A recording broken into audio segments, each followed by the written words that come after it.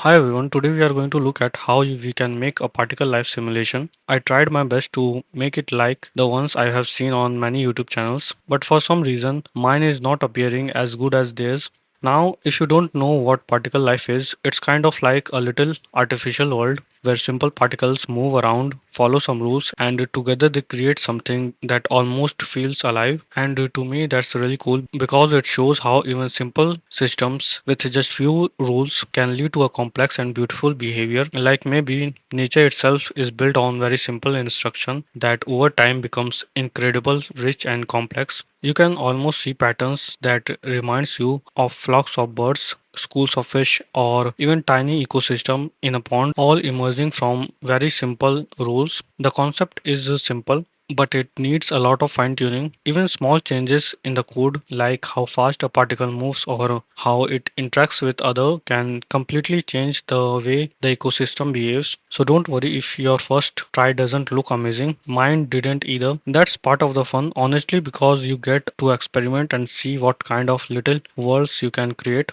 If you want to try it yourself, you can go through my code and just run npm rundev. You will see it working on localhost 5173. And the cool thing is you can play with it, change some numbers, add a few particles, and immediately see how the behavior changes. It's like being a tiny creator of your tiny little digital universe. So now let's first see how you can start your project locally. If you want to copy my code, you can check my GitHub. I will put the link there. I suggest you to go through the link and copy the project. It's much easier. Hopefully your project will look something like mine. One more thing I need to tell you is that you have to enable WebGPU. If you are using Safari like me, you need to go through the developer feature, then search for WebGPU from the options, enable all of them, and you are good to go. This is important because WebGPU is what let us use the GPU to calculate particles movements really fast. Without it, things will be very slow to see the patterns clearly. Also, one more thing, I am new to WebGPU and I learn everything myself. So if I make some mistakes, I hope you will ignore them, but I will try my best to explain everything. There are still many things I am learning, and honestly, that's the fun part. You learn as you go. One day you might add your own rules, maybe make particles attract or repel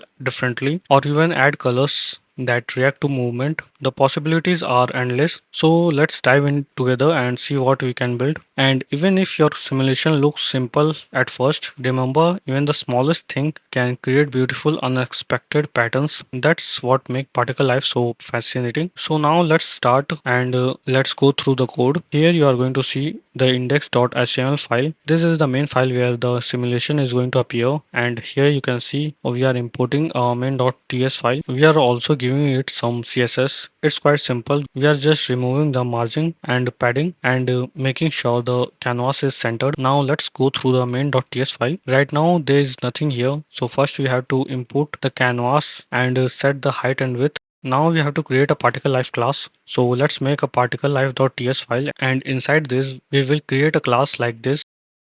And now let's import this file into main.ts and then pass the canvas into the particle life class. Now let's look at the init function. First we have to create an adapter, then create the device and then set the device to context. I hope this looks simple and not too much complicated. Now let's look at the constructor. This is going to take an object which is going to be a type of particle life options, and it will look something like this. And now we are going to set some default values. So if the user doesn't send any data, the class is going to use these defaults. Here's what the constructor look like.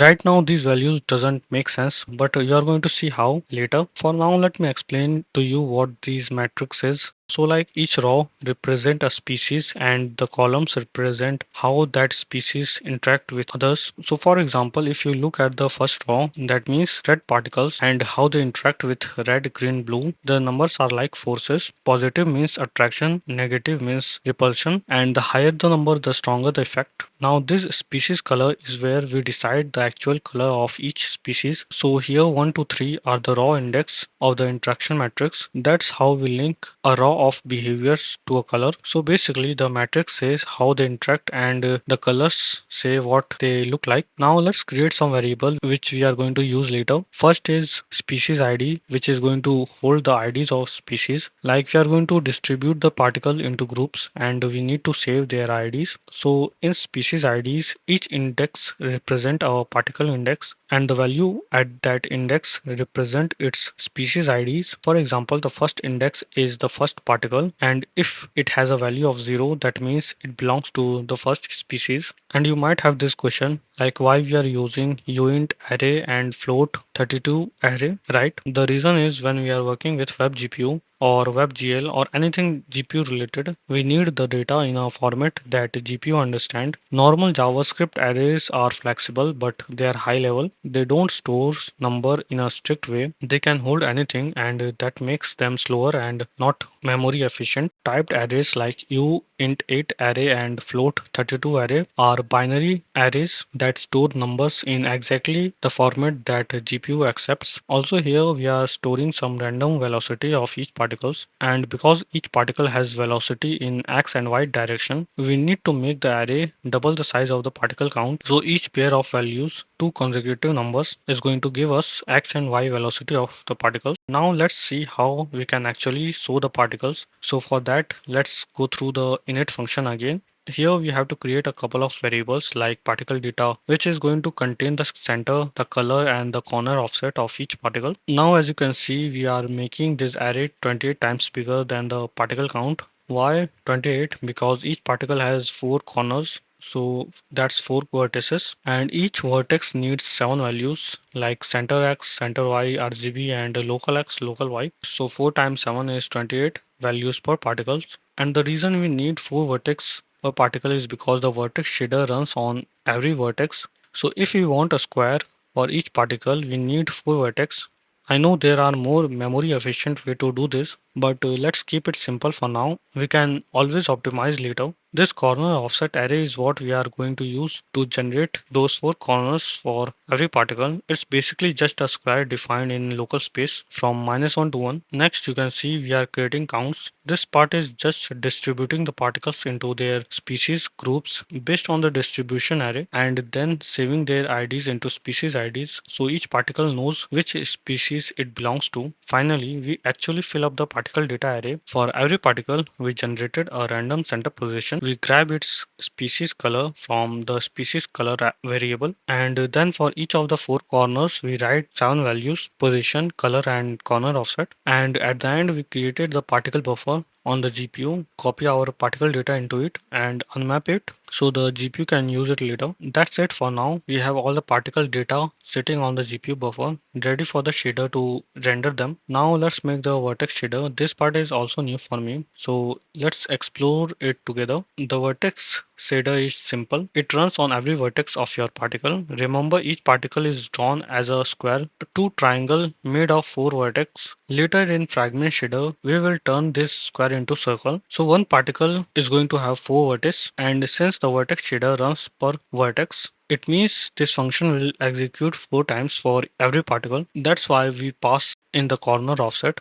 We tell the GPU where each corner should be. Alright, now the code. We start with the struct. This is just a way to define custom data type. Here we have vertex out. It describes what data we are going to send out from the vertex shader to the fragment shader. You can see things like at the rate location 0 or location 1. They are basically saying this is where the data goes or how the input output is matched in the pipeline. Don't worry too much about it right now. We will see later how we set these location in the pipeline. For now, just remember they decide how the data flows between stages. Next, we have another struct called vertex params. This one is different. It's a uniform buffer. We can pass it from the CPU side. For example, particle size and aspect ratio. Even if we don't use them right now, later we can update these values dynamically. Notice that vertex out has built-in position for position because the GPU needs that to actually place the vertex on the screen. The rest, color, local offset, are extra data we just forward to the fragment shader. Now let's walk through the main function. First we grab the particle size. This lets us scale the particle bigger or smaller. And then we make a correct offset. This is basically the local corner offset from -1 to 1 but adjusted by the aspect ratio. now. So particles don't look stretched when the canvas isn't perfect square.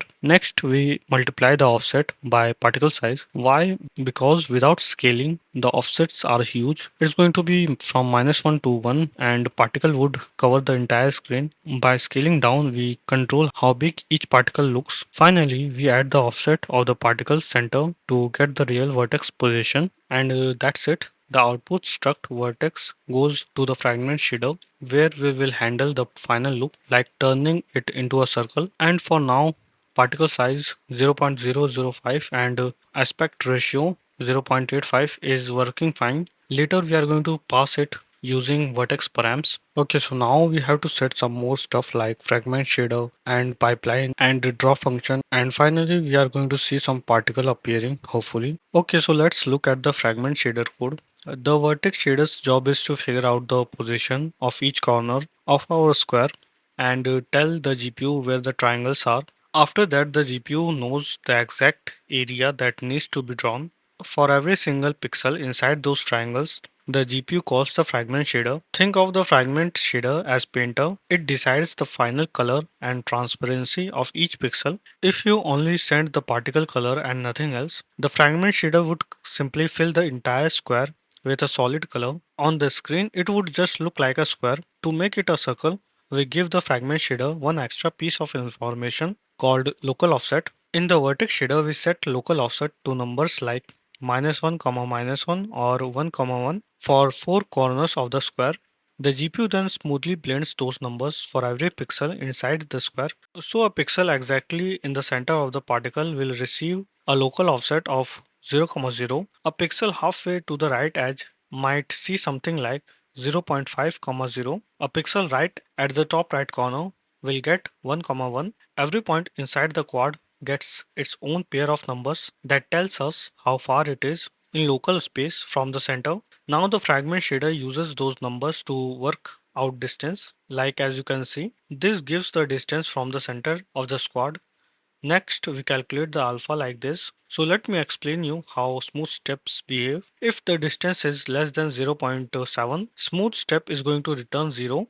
If the distance is between 0.7 and 1, it smoothly goes from 0 to 1. So for example, if dist is 0.85, you might get something around 0.5. If the dist is greater than or equal to 1.0, it's going to return 1. Then we subtract that from 1. So when dist is 0.6, smooth step is going to give us 0, then alpha is going to become 1, so it's fully opaque. When dist is 0.85, smooth step is going to give us 0.5, then alpha is about 0.5, half transparent. When dist is 1.2, smooth step is going to give us 1, and alpha is going to become 0, fully transparent and discarded. So that's how we carve a perfect circle out of a plain square by letting the fragment shader decide pixel by pixel which part to keep and which part to throw away. Now we have to import the shader code to use it in the pipeline. I also imported the compute shader.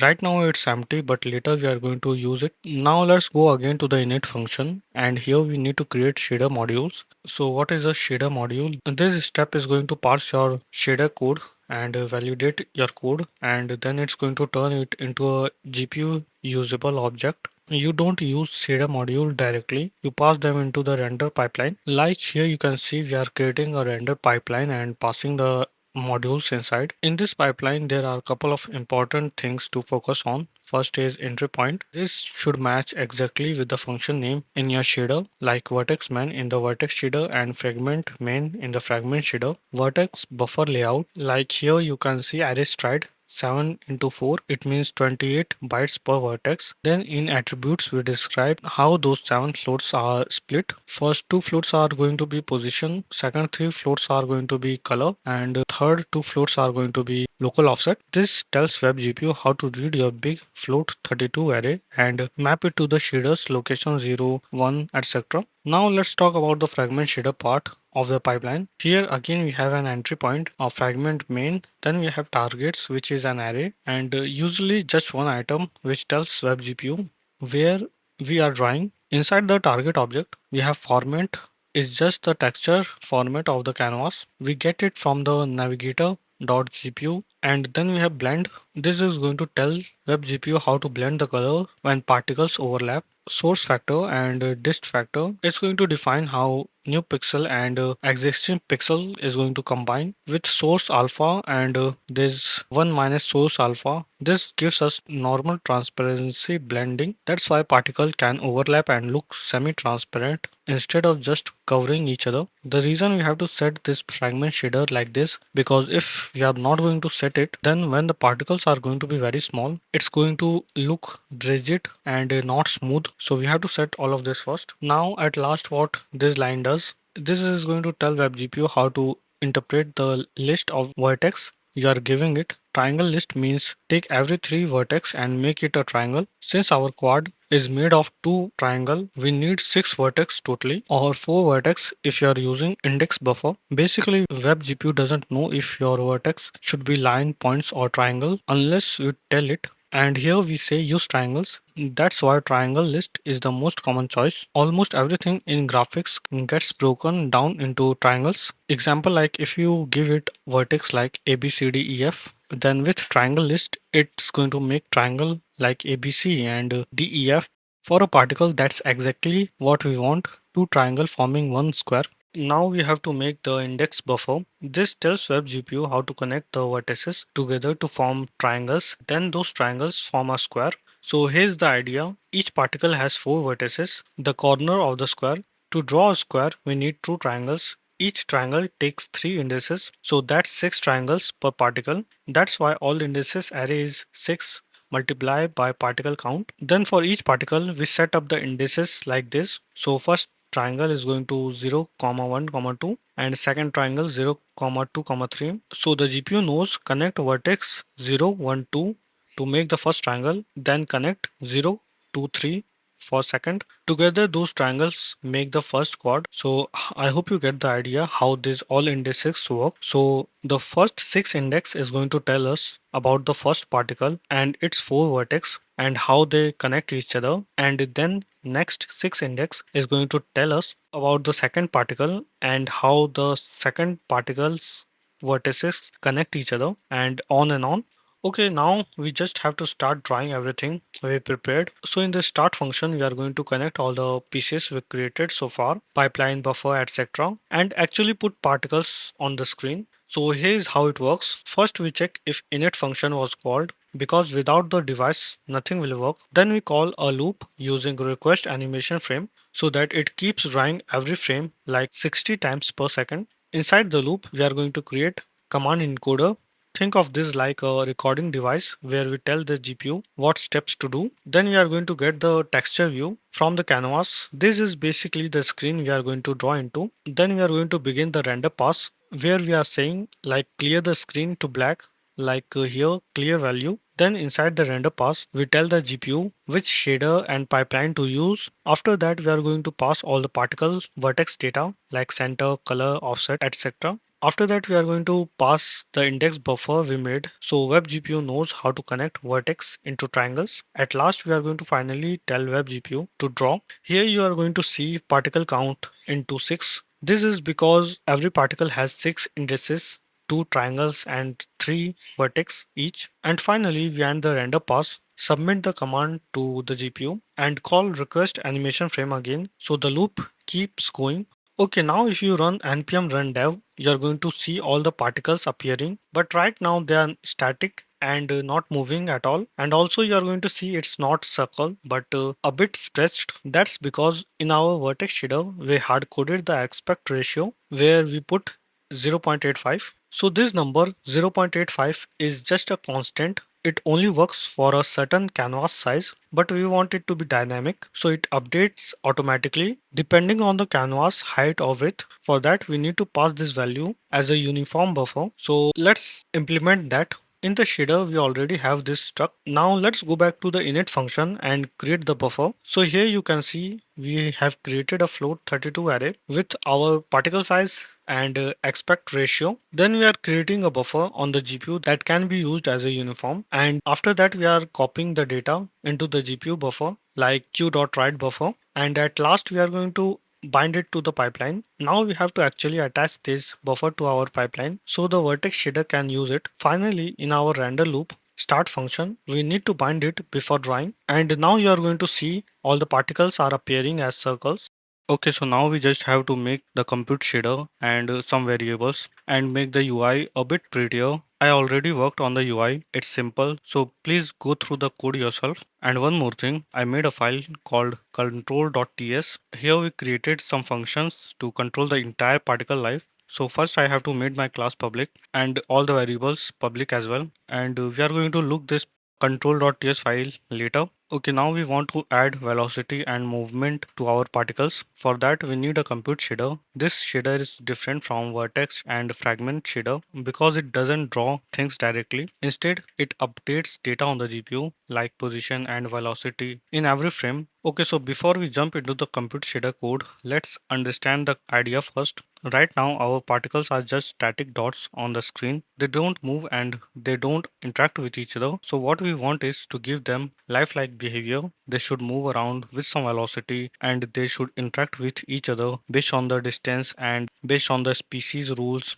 And at last, they should stay inside the screen by either wrapping around or bouncing off the edges.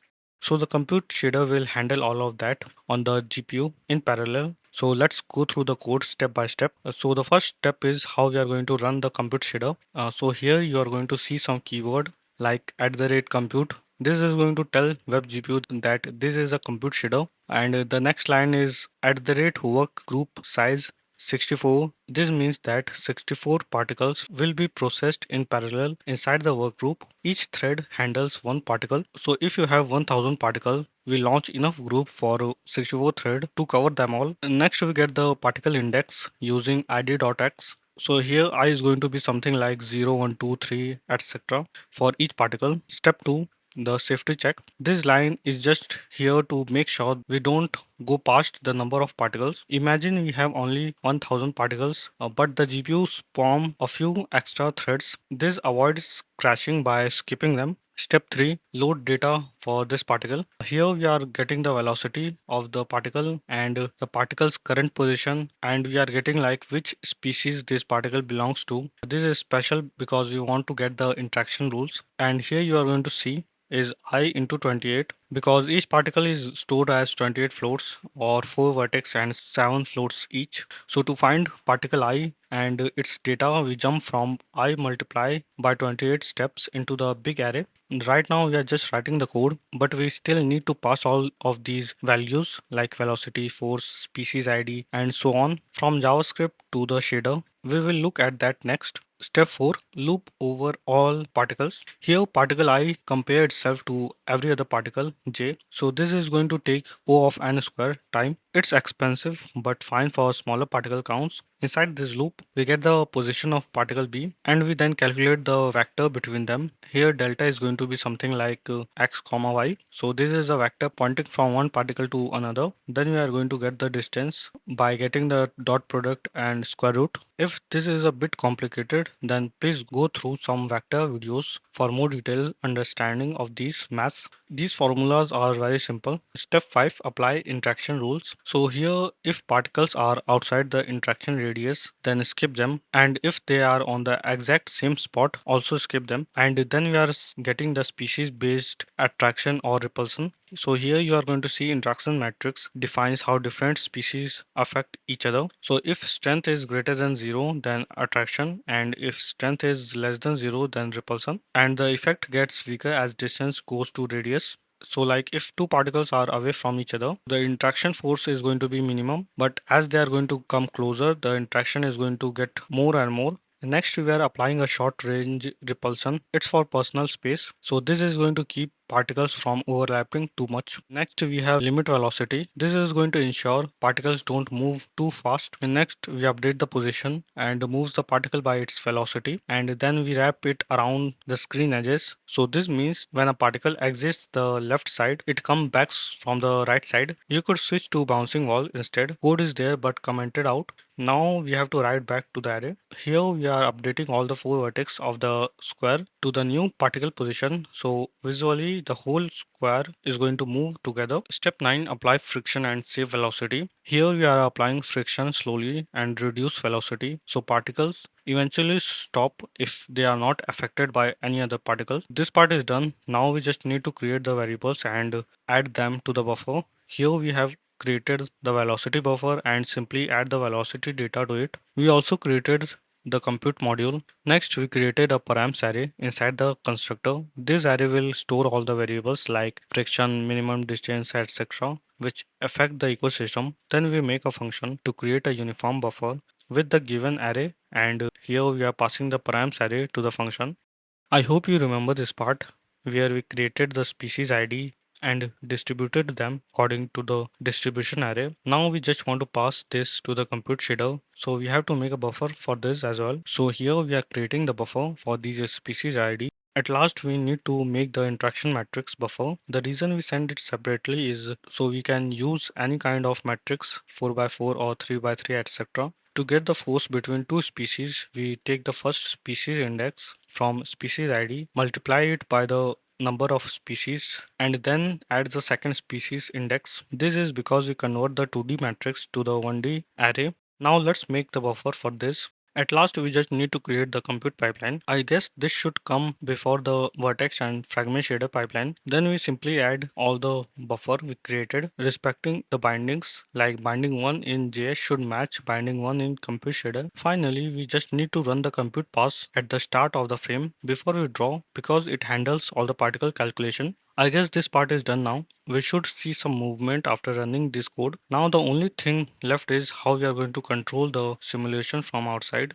For that, I made a file called control.ts. Here we have functions that take a particle life instance and update its values. I'm not going to go through all the functions. They are all similar with just small difference. I hope this one example shows the idea. Here we are just getting the params array and then update the speed and write it back to the buffer. Remember, if your new data is bigger than the previous one, you need to destroy the old buffer and create new one. For example, in the update particle count function, the particle arrays might be bigger or smaller. So we destroy the old buffer, created a new one and write the new data back. You also need to update the compute pipeline bind group with the new buffer. Otherwise it might crash. And one more thing, you don't need to update the vertex pipeline and fragment pipeline.